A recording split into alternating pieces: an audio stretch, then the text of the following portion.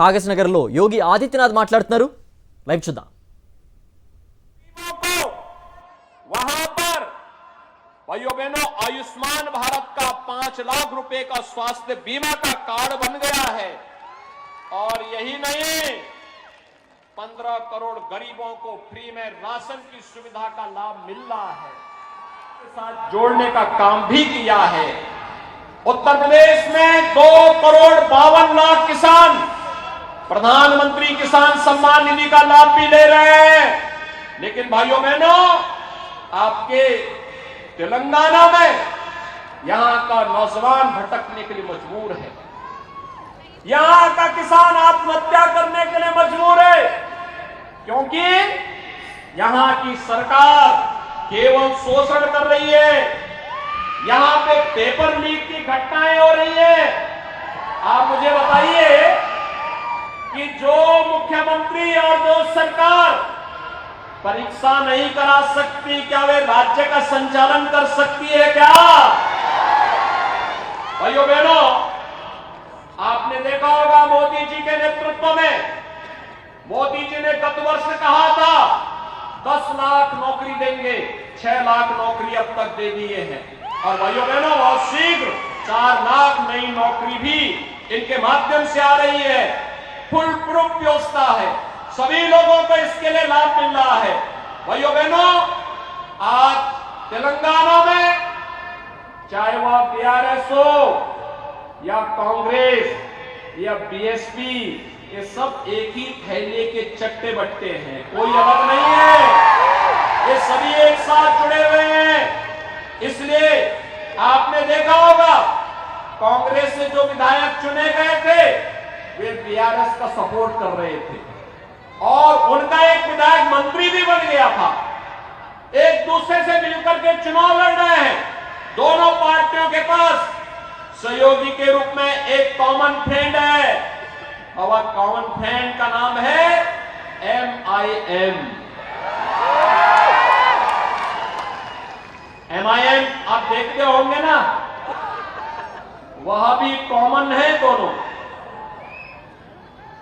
जिस तरीके से बोलने का प्रयास करते हैं और उनके कारण आज तेलंगाना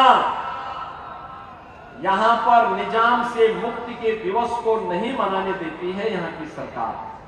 भाइयों बहनों भारतीय जनता पार्टी ने आपसे वायदा किया है बीजेपी की गवर्नमेंट तेलंगाना में लेके आइए और तेलंगाना में लेकर आकर के निजामशाही से मुक्ति दिवस को एक राष्ट्रीय दिवस के रूप में मनाने के लिए भारतीय जनता पार्टी यहां की जनता जनार्दन के साथ मिलकर के कार्य करेगी.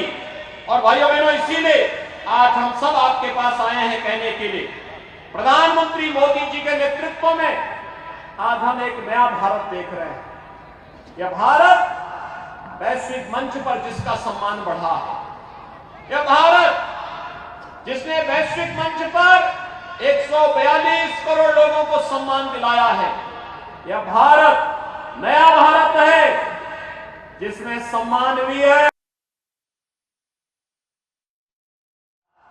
वैश्विक मंच पर जिसका सम्मान बढ़ा है. यह भारत जिसने वैश्विक मंच पर 142 करोड़ लोगों को सम्मान दिलाया है. यह भारत नया भारत है जिसमें सम्मान भी है तो सीमाओं की सुरक्षा भी है. आज कोई दुश्मन भारत की तरफ टेढ़ी निगाहों से नहीं देख सकता है. भारत आज के दिन पर छेड़ता नहीं, लेकिन अगर कोई भारत के अंदर आतंकी वारदात को अंजाम देता है तो भारत उसको छोड़ता भी नहीं है. आज यह भारत है नया भारत. इस भारत में गरीबों का कल्याण भी है. भाइयों बहनों अगर कांग्रेस की गवर्नमेंट होती तो क्या कोविड के दौरान कोरोना महामारी का जो वैक्सीन आया था क्या कांग्रेस वैक्सीन दे पाती? नहीं दे पाती.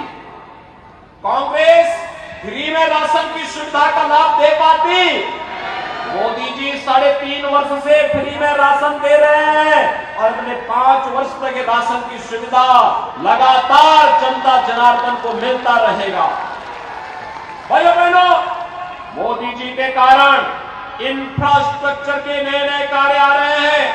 कहीं हाईवे, कहीं रेलवे, कहीं एयरपोर्ट, कहीं एम्स, कहीं आईआईटी, कहीं आईआईएम, कहीं हर घर नल की योजना लागू हो रही है। कहीं पर अन्य तमाम कल्याणकारी योजनाओं को लागू करने का कार्य भी किया जा रहा है। और इसीलिए आज मैं आपके पास आया हूं कि मोदी जी के नेतृत्व में गरीब कल्याण भी है। उनके एजेंडे में भाइयों बहनों विकास के कार्य भी हैं, इंफ्रास्ट्रक्चर के बड़े बड़े कार्य भी हैं।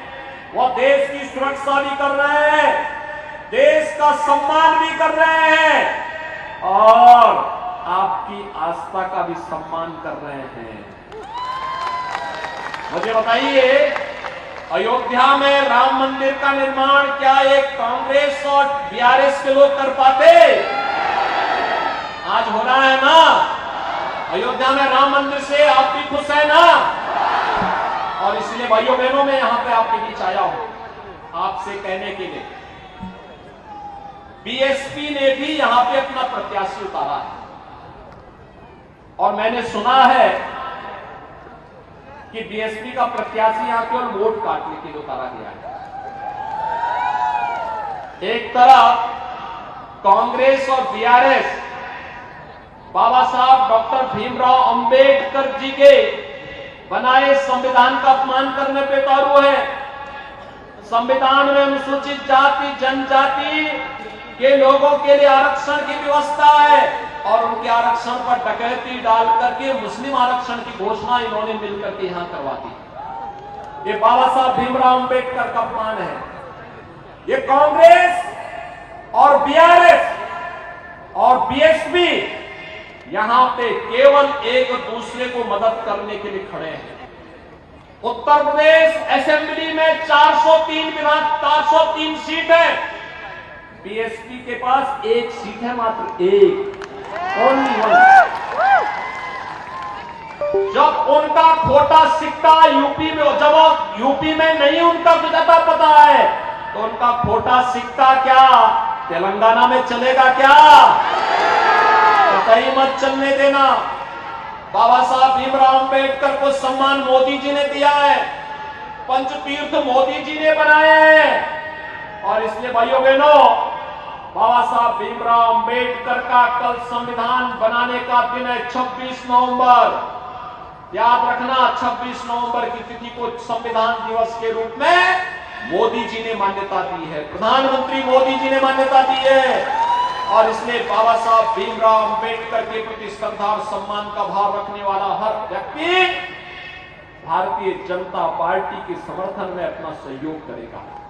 और इसीलिए आज मैं आपके पास आया हूं भाइयों बहनों, आपसे कहने के लिए, भारतीय जनता पार्टी ने अपने प्रत्याशी यहां पर आपके बीच में उतारे हैं।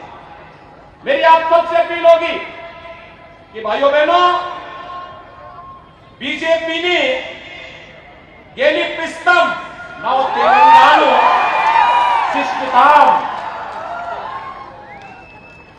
मी वोटू कमलम गुर्तुके कोरु तनुनानु।